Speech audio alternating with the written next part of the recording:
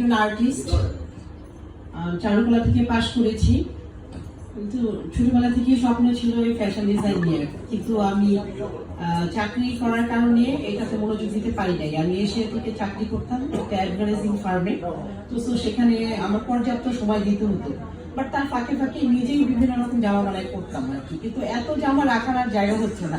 তারপরে কি করবো, এক পর্যায়ে এশিয়া থেকে চাকরি ছেড়ে দিলাম। তারপরে আমার স্বপ্নের পথে যাত্রা শুরু।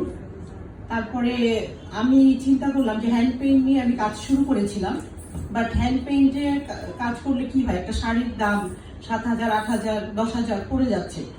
আর অনেকেই শখ যে আমি পরবো, যাদের লিমিটেড বাজেট তারা তো করতে পারছে না।